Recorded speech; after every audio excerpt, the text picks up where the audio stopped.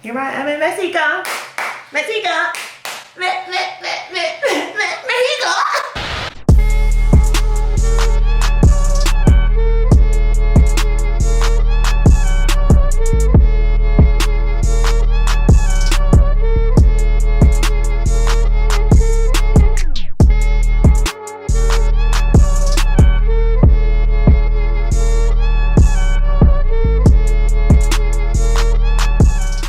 Oh, is this recording? Oh yeah, she is. Hey y'all, it's your girl Ariel Simone, aka Holistic Mommy, and I am so excited, y'all. Y'all know why? Y'all know why? Because your girl done moved to Mexico. Your girl has officially moved to Mexico. Mexico, ha, Mexico, ha. Yeah. I moved to Mexico City with my dog. Here's Papa. Hi, Papa. Hi. You be so excited. I moved here and I want to talk to you guys about so many things. And if you are new here, please like, comment, share, show me all the love, all the love, all the love. Because we're about to get into some tea. I want us to talk about a few things. For starters, I want to talk about flying with a large dog. Things that I did not know, and I want to just put y'all on because there was so much I didn't know. And I'm like, wait, the people don't need to know. It's a lot of things. And I just want to share with you guys because it might be easier for the next person. Next, I want to show y'all all the amazing foods I got just now from grocery shopping. So good, and it was for the low too. Next, I want to talk to you guys about some things you want to consider when traveling with the dog. And I want to talk to you guys about finding my new apartment. I'm so excited about you. And I want to talk about what the food culture here is like. So let's get into it, right? Because I really want to start doing these series where I'm documenting my journey throughout Mexico. I moved here by myself, just with my dog, and it felt like the right thing to do. So for starters, why did I move to Mexico City? So I had to leave my Brooklyn brownstone apartment, which I absolutely love, but I had to leave it because it was just like not good energy for me, and my landlord was a true nutcase. Like, he was out of this world type toxic, and I have an ongoing investigation with him, so I can't even talk too much about that yet. But when it's time, I probably will, because it was way too crazy. But I'm low-key grateful that all of that happened because it high-key propelled me into where I'm at now, and I just feel so much better now. I had to leave New York. Like, New York was giving me not good energy, not good vibes. One, I don't like that it's cold 7-8 months out the year. I don't like it, not a fan of that. Secondly, everything is just super expensive, and you're paying way too much for way too little. 3, the quality of life is trash because you're paying so much for so little. And it has a culture there that's like work, hustle. And as I'm like in my early 30s, I'm realizing like so many more things are more important to me, like having creative hobbies, fulfilling relationships, intentional community, fulfilling purposeful work, things like that. Like, that's a little bit more like my realm, and I'm also craving a slower lifestyle. Like, New York is go. And if I'm being honest, I was always anxious there. My nervous system was always stimulated there. Like, I was always on go, like hyperactive. I was just always nervous, guarded and on guard, and always in a rush, and it just wasn't good vibes. And you can also feel that, like, every time you get off the plane, you can feel how rushed and busy and anxious and worried people are, and I just wasn't feeling it anymore. And a lot of New Yorkers are angry, and it's hard for them to keep up. For a long time now too, I feel like I was outgrowing New York, and in order for me to stay, I felt like I was doing too much. Like, I had to have the perfect apartment in the perfect neighborhood with the perfect tree-lined block. I just was doing too much to make New York fit when it was no longer in alignment with who I wanted to be. And who I want to be is somebody who takes their time in the morning. There's so much luxury and like slow movement and talking slow and breathing slow and thinking slow and just taking my time with my time. Like, I just needed that. I really just needed that. So I was just like, nah, New York is not for me, I gotta go. I do have a car that I'm financing, so I was just like, oh, I don't know what I'm gonna do. And that's what made me transition over to Atlanta. Now, when I went to Atlanta, I was like, I don't know if it's Atlanta or Atlanta, but I'm gonna just interchange between the two. But when I went to Atlanta, it was lit. Like, I love Southern charm. Like, I was out there, everyone was so nice to me, so kind, so friendly, so warm, so giving. I can't explain it, but Southerners just y'all feel like home. I just loved it so much because Southerners just felt so cozy and warm, and it was just a really good vibe, and everything was just slower. People were easygoing. It just was really, really nice. So I drove from New York to Atlanta, and that took about like 15-16 hours. It was super long with the dog. We had to keep taking breaks, walking, but it was really nice. I drove through the night, so I just was like, I didn't really get to see anything. I didn't see North Carolina, South Carolina, Philly. I didn't get to see anything. I just went straight. And it was nice. The next day I rested. Everything was great. Now, the reason why I did not choose to stay in Atlanta. Papa, come here. Come up. Come up. Come hang out with me for a second. 1 second. Come up. All the way, dude. All the way. Come. Up. Up, Papa. The reason why I chose not to stay in Atlanta, I felt like it was gonna be more long-term, and if there was going to be an opportunity for me to move abroad, I would rather move abroad and then settle down in the States. So I was just like, when is the next time I'm going to have another opportunity to just move abroad? No kids, no relationship, just I get to just go. And it felt like now, I've always wanted to live this type of life, and now felt like the right time. So I do feel like everything was just like slowly flowing into me just making this big move. So here I am in Mexico. Mexico. No. I'm like, but yes, yo, I love it here. First off, it's 75 degrees outside. I'm hyped. Over it, I'm hyped. It's just good vibes. I've been taking Bench to the dog park a lot lately, and he absolutely loves it. Tires him out, so he's just knocked out most of the day. And it's just been so pleasant making friends with dog parents and just learning Spanish and just practicing and just seeing the way of life in Mexico City. And when it came down to choosing which neighborhood I wanted to be in Mexico City, at first I was hearing all things about La Condesa and Roma Sur and Norte. I was like, well, I want to be around there. But the more research I kept doing, it just gave gentrified. And I already know what that's like, especially with Brooklyn, how everything is getting gentrified and super expensive. So I was just like, I don't know if I really want to do that. So I was just like, what's some areas that are pretty local, but also very, very safe? So that's when I found out about a few really beautiful neighborhoods like Santa Maria and San Rafael. So I was just like, let me flirt with those neighborhoods instead, and I kind of just found the perfect apartment. Now I'm staying in this super cute apartment for 1 month, and when it comes to traveling abroad, especially if you're going by yourself, it's so important that you, in my opinion, if you're gonna stay long term, you need to book just a quick type of stay for like 2 to 3 weeks, maybe a month, and then hit the ground running looking for apartments when you get here. There's nothing like meeting locals and talking to locals and meeting people in person and creating a community when you're here, because online you're gonna get the gringo prices off rip. You're gonna get the super hijacked American prices, and you don't want that, not at all. I feel like it's better to just do things in person, and I've lived abroad in so many different places throughout my entire life. Fun fact about me, I have solo traveled to 17 different countries by myself, and I've lived in about 5 or 6 of them. So I've lived in Mexico, I've lived in Cancun and Tulum before, I've lived in Costa Rica before, I've lived in Ecuador, Peru, Chile, Brazil.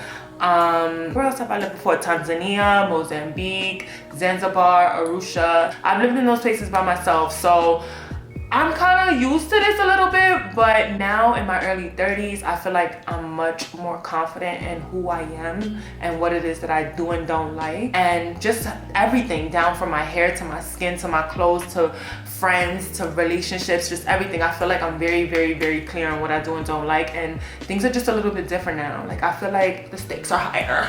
I feel like I'm just a lot more intentional. This felt like the right season to make this sort of move, and I really wanted to choose a city that was going to be vibrant and metropolitan, like similar to New York, slower pace, better weather, palm trees, and speaking Spanish. And that's one thing. All of my friends, including my therapist, everybody was like, oh, what you looking forward to most in Mexico? And I was like, honestly, speaking Spanish. I've been wanting to speak Spanish. I've been wanting to be bilingual my whole life. Like, I can't explain it. Like, my first solo country and that was Spanish was Costa Rica, and I just felt so connected. I felt connected in Costa Rica, and I felt very connected in Peru, and I can't explain it, y'all, but when I speak Spanish, something in me light up, like something internally lights up. Like, I feel like I'm doing what I'm supposed to be doing, if that makes sense. And I just love the way the words flow out my mouth. I love the way I feel when I understand what somebody's saying in another language. Like, I love it. I love it. And my kid's gonna be bilingual. Yeah. So let's start talking about what it's like to travel with a dog, a large dog. Oh, look at this water, y'all. It's different. They got different water out here. You can't drink the sink water.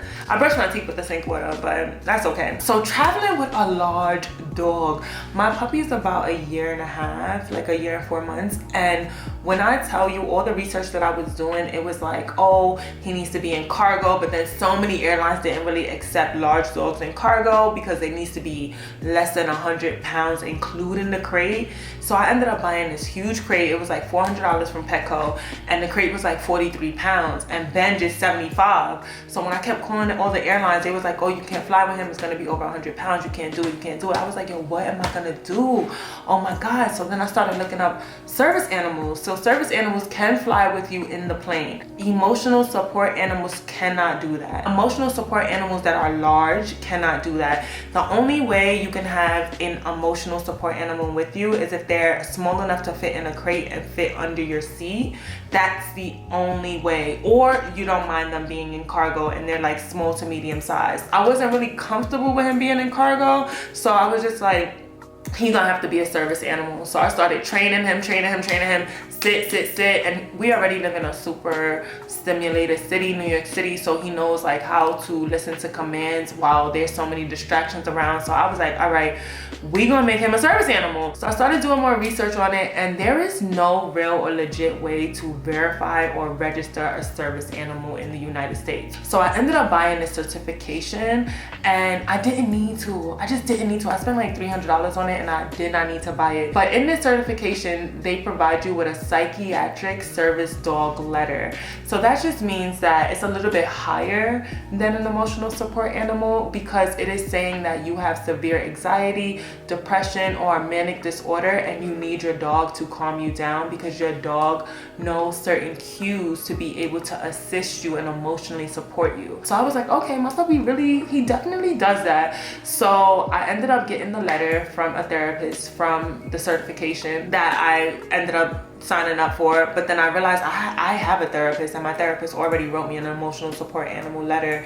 I could have just asked her to make it more psychiatric, but whatever, paid for it, got the letter. I don't think you need the letter at all, but got the letter anyway just to be safe. So now when it comes down to flying, I flew Delta and I absolutely loved it. Like, Delta treated us good, like really, really good. Delta loves dogs. It was such a beautiful experience. So for starters, I called Delta and I let them know that I was flying with a service animal. At this time, I didn't buy my ticket yet. So I got this wonderful woman, I could tell she was black, and she was just like, oh, I'm gonna stay on the phone with you while you buy the ticket so I could walk you through the process. I was like, all right, boom, bought the ticket. Now we on the phone still, and I'm like, all right, she was like, she walked me through everything. She was like, the first thing you wanna do is to pull up the DOT, Department of Transportation form, and you want to fill it out. The form was super simple. It was asking the most basic questions like, what's my name, what's Ben's name, birthday, weight, size, breed, very, very basic, flight number, confirmation, all of that.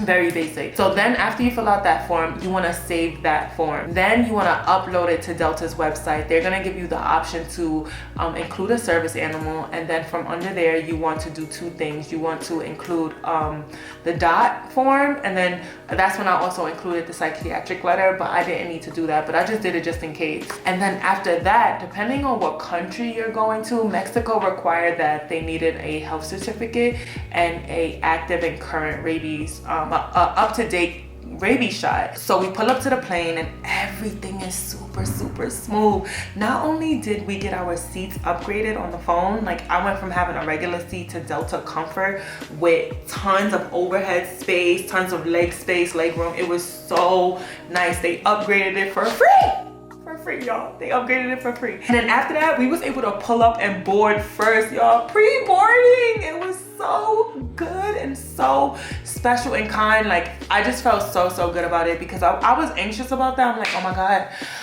I don't want to get on a plane with all these people looking, and like Ben's just gonna get so excited. Like, I just didn't want that to happen. So they let us board first, and I just had to remember, like, of course they would, because it's considered a disability. And that honestly helped me feel supported in traveling with a very large dog. So that is how we got him on the plane. I'm gonna show y'all some footage of like how tight the cabin space was and all of that, like so y'all could really see what was going on. But I was flying with him, and then once we got off the plane and we got into Mexico, we had to just show them the certificate of health, the updated rabies shot, and I went through customs perfectly fine. Another thing is when you have a service animal, you don't have to wait on lines. So I want to talk about another thing when it comes down to traveling to another country with a dog.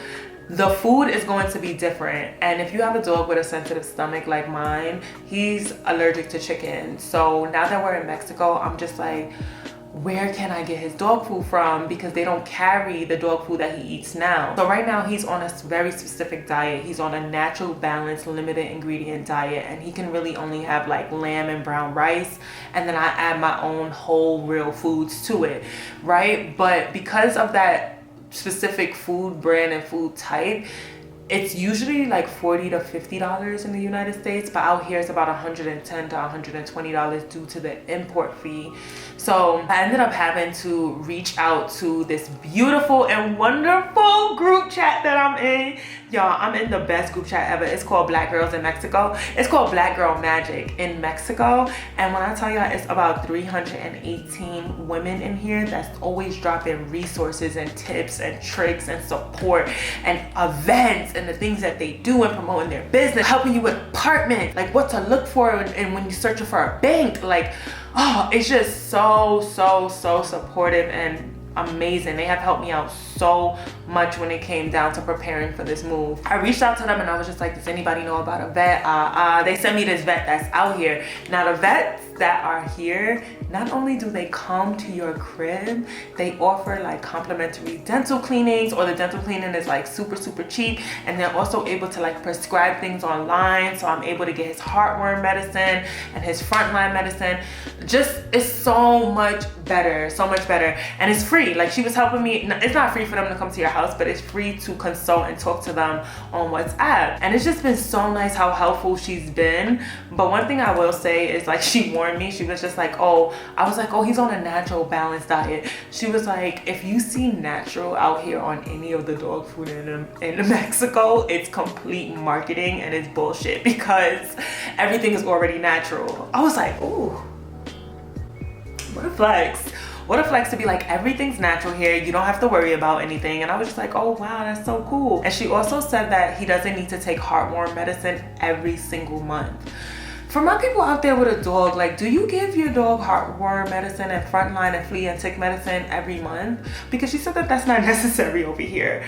And I was just like, what? What? I was just like, oh my God, I was just really shocked about that. And also too, because he has an allergy, she said that food allergies are considered a medical condition here. And then she goes to say, I thought this was everywhere. It's actually in the name of the diet. They say prescription. Why America doing us like this? America is doing us bad. America just want our money. That's it. They just want our money and they want us to be sick. But yeah, so that's my updates with a dog food. So make sure that you consult with a vet the second you get into your new country, because now that I have to switch over to a different type of food, I'm a little anxious around it. But I have a lot of like digestive support, like pumpkin puree and things like that, that usually helps him go to the bathroom and not be like so diarrhea-y. I love him real bad, y'all, real bad. And speaking of him, right, so his real name is Benjito, right? I just love the name Benji, and because when I first got him, he was so small, I was like, ooh, Benjito, like little Benji. He's big body Benj now, like he's huge, but Benjito. But I realized like calling him and stuff like that, like Benjito was falling off the tongue type long, like it was getting difficult. I was like, this is gonna complicate it. So I ended up calling him Papa, and now he only responds to Papa. So his name is technically like Papa Benjito, and then his last name is Dora. I don't know where I got Dora from. I just like call him that. I'll be like, Dora, Papa Dora. He's sweet. But so that's the updates on traveling with a dog. I highly recommend, but I'm just saying, do your research. Make sure that you understand what the country is requiring of you. Flying is super easy, y'all. You don't need too much. All you gotta do is fill out paperwork. That's it. All you gotta do is fill out the DOT form paperwork, submit it. You done. You need none of that. You don't need an ID card. None of that. I got him like this little vest that says service dog from Amazon, and that was it. And I only got that so people wouldn't keep petting him. Like, so yeah. Oh, next, real quick, I want to talk about the food here. So far I've had tacos, I've had chicken and rice and beans, and when I tell y'all, I have so much energy after eating meat here. Like, first off, the meat is super, super thin, not too much, and I feel like good. I feel good. Like, seldom is that the case in the United States. I don't really eat red meat like that in the United States, and when I do, I'm tired, I'm groggy, I need to take a nap, and that is not the way we should be feeling when we eat. Like, our food should always be giving us energy, not taking it away. Ever. And we gotta keep game on that. For real. We gotta start noticing like what food is giving me energy, what food is taking it away, and knowing when to eat what and what time of the day to eat what. But since I've been in Mexico, I've been eating tons of red meat and I feel fine. Like, I actually have tons of energy. Like, I'm so shocked. The chicken is super thin. Like, this is real food out here. Like, I'm just so grateful, for real, because I'm just like, and even the fruit tastes different. Like, the bananas and the oranges, they taste like vibrant and flavorful and rich. It's just so much different. I feel like America was really doing us dirty. But yeah, this is not a bash America video, because America does have a ton of pros, but I'm just saying, like, it just gives sick care, not really health care. And that's also why I do the work that I do, which is helping people eat for energy and helping people have a joyful and positive relationship with food, and helping people eat better, period. Eat better. And I'm talking mind, body, soul, eat better. Making sure you're eating in alignment with how you want to feel, which is good and up and energized. And that's why I do what I do. And I feel like Mexico is the perfect place for me to do this, as well as the United States. But Mexico, I feel like it makes sense for me to help other people eat better while I'm also eating better, and I'm taking care of myself, and I'm happier, and I'm living a slower life, and I'm creating content to help y'all. Like, I just feel like this is just the right move, down to hosting retreats, pulling up to different wellness centers, offering classes. Like, when I tell you I got a lot in store, I got a lot in store. Like, a lot of things is in the work for me, and I'm really excited about it. Like, OD. Okay, so I've been learning Spanish too. So if you ever want to learn a new language, one thing that I highly recommend is Amazing Talker. When I tell y'all, I bought like 10 sessions for $100. So it was only $10 a session, and each session is 50 minutes, and you get to select what country you want to tutor from. So my first time doing it, I selected a country in Costa Rica, because that's when I was going to Costa Rica. And then the second time I did it, I did Ecuador. But the dialect is very different from Spanish speaking country to Spanish speaking country. So I will say, get a tutor in the country that you're about to go to. So now my tutor is Mexican, and it's so good. And I got homework, and it's just a vibe, like doing like little worksheets.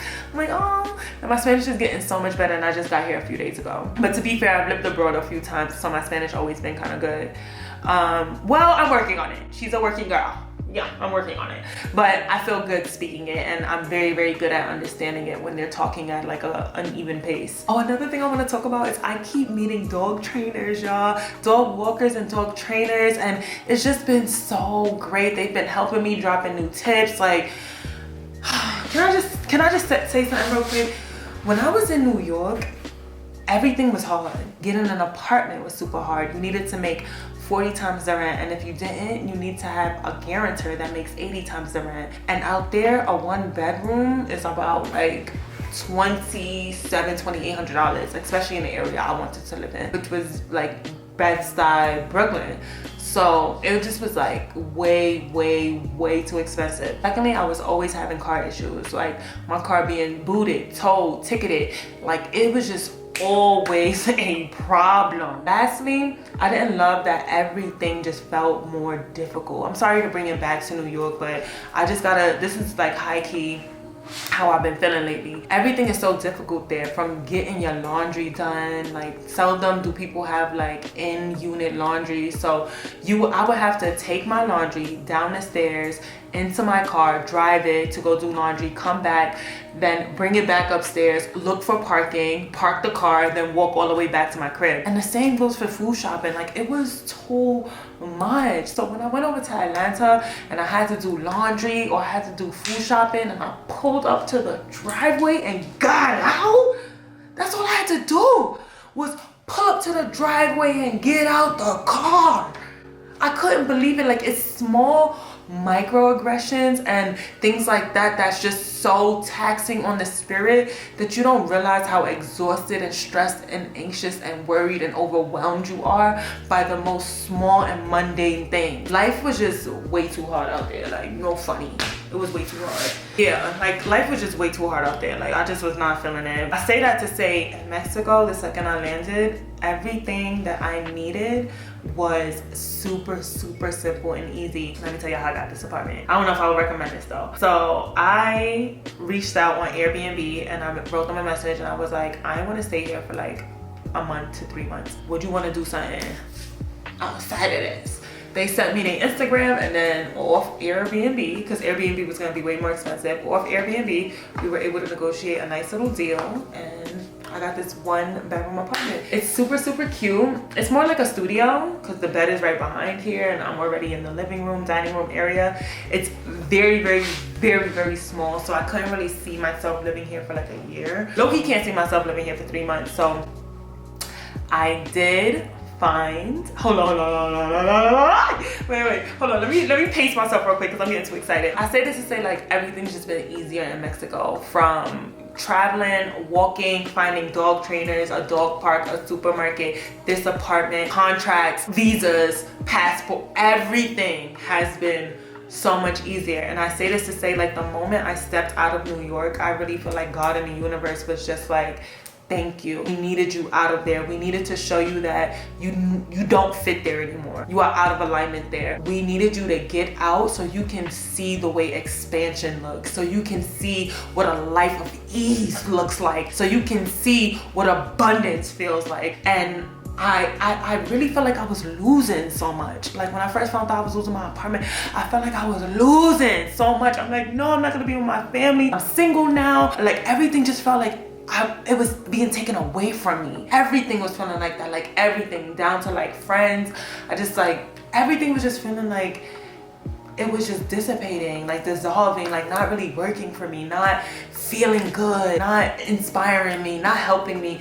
So I was just like, wow, what's the chances that I move from a space of surrender and flow, and I let things go, and I trust, and I'm having faith? What's the chances of me being patient and persevering and keep going, don't know what's going, don't know where I'm going, don't know what's going on, and all of a sudden everything starts getting more clear, everything starts lining up, everything starts, here girl, here, take it, it's yours. The abundance starts pouring over me. Like, I'm not even being dramatic. Like, the way things started working in my favor needs to be studied. What's for you is never going to skip you.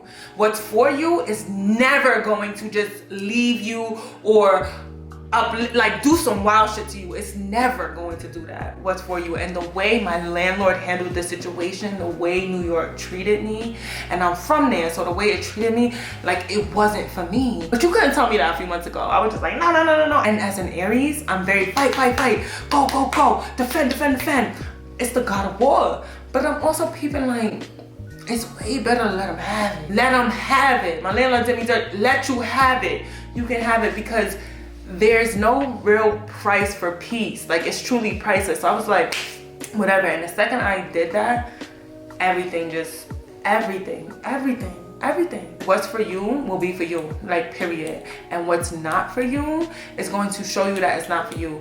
If it is way too difficult, if it's tons of issues, if you're getting back-to-back no's, it's not for you. It might not be for you. There's a difference between tons of issues and, like, challenges and obstacles, you know, and things that you just need to do to become a better person, to step into what you're really supposed to do. You know, there is a difference between that. But I was getting a lot of no's, a lot of rejections, and a lot of issues. The moment that cleared out and I transitioned out of that, ease mommy, butter, smooth, calm. Like that is the way, soft. Like that is the way I think it's supposed to go. And I also feel like as a New Yorker, I'm so rough. I don't want to be rough. I'm a young lady. Like, and I know it's innate in me to be so aggressive and rough, but I want to be soft. I want to be graceful. I want to be a little mysterious. I want to be elegant. Even though New York women are very, very graceful and elegant and sexy and beautiful and confident and kind and generous and giving and caring. Whew. Yeah, we are all those things, but I just feel like that city makes you so guarded and protected and you're constantly on edge. It doesn't give soft life at all unless you're very, very, very, very rich. But even then, the actual hustle and bustle and energy of the city does not give ease at all. So anyways, we're moving on from that. That brings me to... I'm so excited. Okay. I'm so sorry because I'm so excited. I just got approved for my dream girl apartment in Mexico.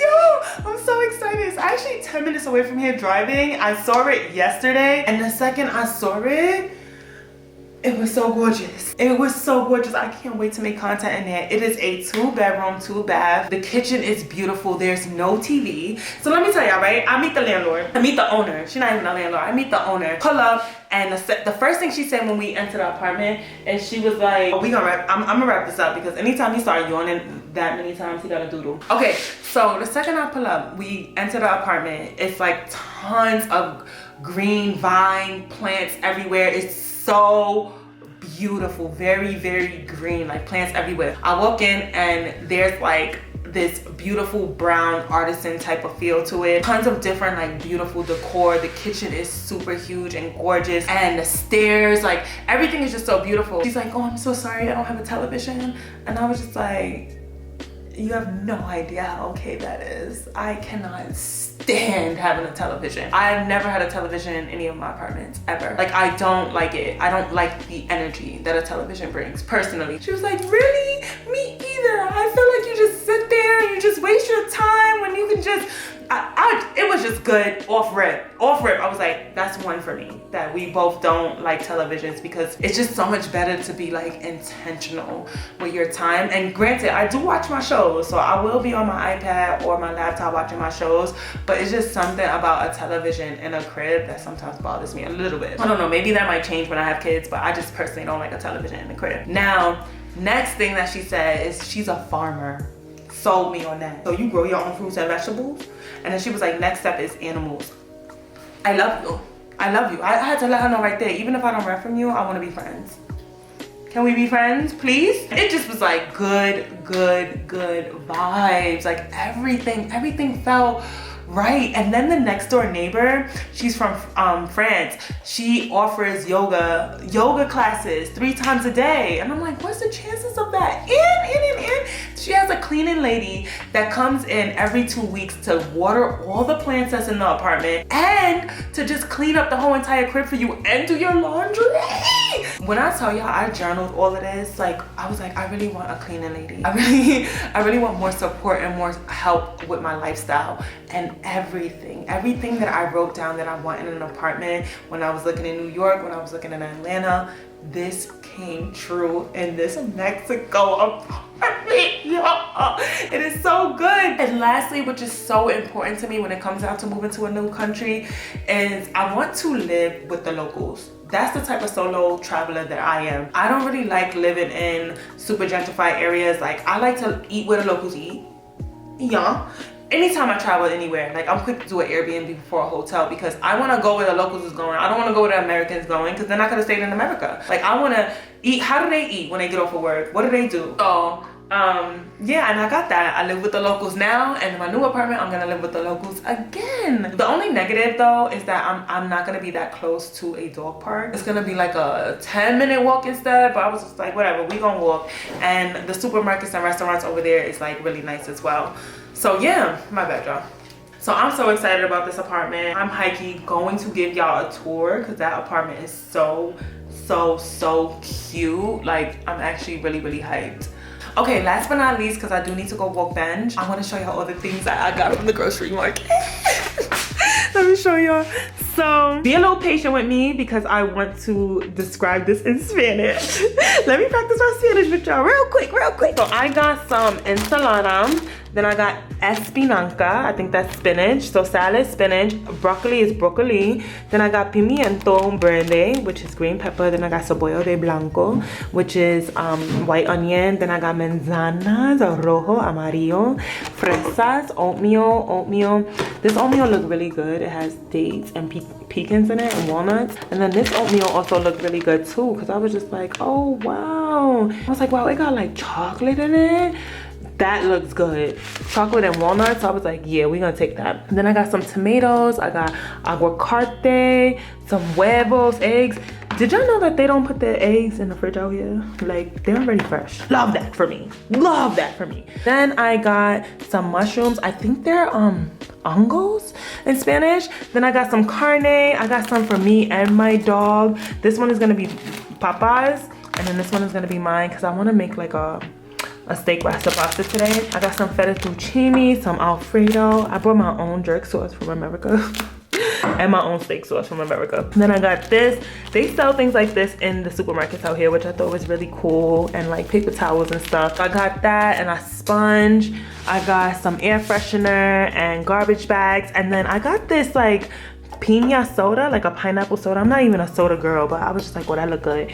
Then I got uva, which is grape juice. Then I pina juice, pineapple juice, and paper towels and water. Then I got some granola custard. Y'all, look at this. It got the raisins in it. Oh, it's gonna be so good. So good. And then I got some Caesar dressing for the salad. And then some oil. I think that says like aceite de oliva. See, extra virgin olive oil. And yes, that's what I got. And I spent $53. Oh, and I got some M&Ms. I spent $53 on all of this, which I think is pretty good. I feel like in America, it would have been like $120 easily. Papa,